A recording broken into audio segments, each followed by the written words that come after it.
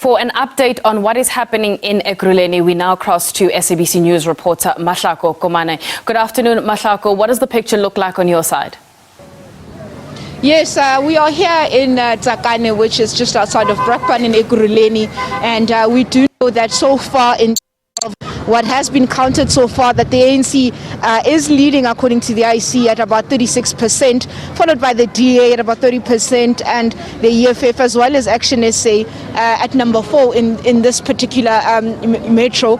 But we also are seeing that it seems also with the projections that we are seeing that the ANC is expected to drop as much as 10%, but obviously that can only be determined or confirmed once the final votes have been counted in this particular city.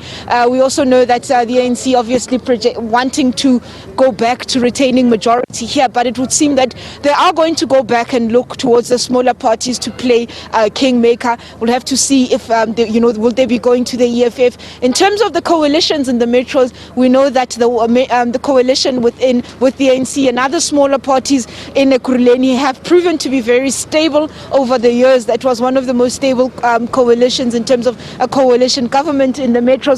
But going forward in 2021, it remains to be seen the wheeling and the dealing. Where would they go to look towards forming coalition? Will they be looking to Action SA, which has also projected to take about 7% of the vote within Ekurhuleni? That is the projections that we're seeing. Right now they are sitting at about 5% and within the whole Ekurhuleni in terms of the votes that have been counted so far. But I think Ekurhuleni as well also being one of those metros where there has not been a lot of turnout in terms of the numbers. We did see when we went to the various voting stations yesterday, there was one in particular at the top of my head that I had about 2,116 voters registered, but only 1,050 pitched to vote by the time they closed when we were there. It's not the only one within the Kingsway area. Similar scenes with about one particular ward sitting with about 7,000 or so voters also there. By the afternoon they had counted only less than 2,000 people had come out to vote. So it remains to be seen what type of coalition is going to happen here, but we are definitely seeing a drop for the ANC so far in terms of what's been counted.